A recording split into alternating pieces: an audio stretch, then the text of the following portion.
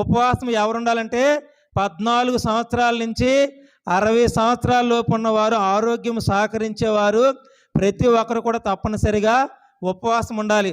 ఉపవాసం ఎవరు చేయకూడదు అనేది కూడా శ్రీ సభ చెప్పింది.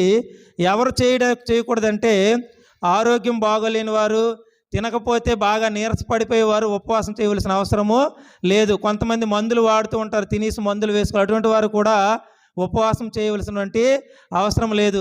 అదేవిధంగా గర్భిణీ స్త్రీలు, బాలింతలు కూడా ఉపవాసం చేయవలసినటువంటి అవసరం లేదు.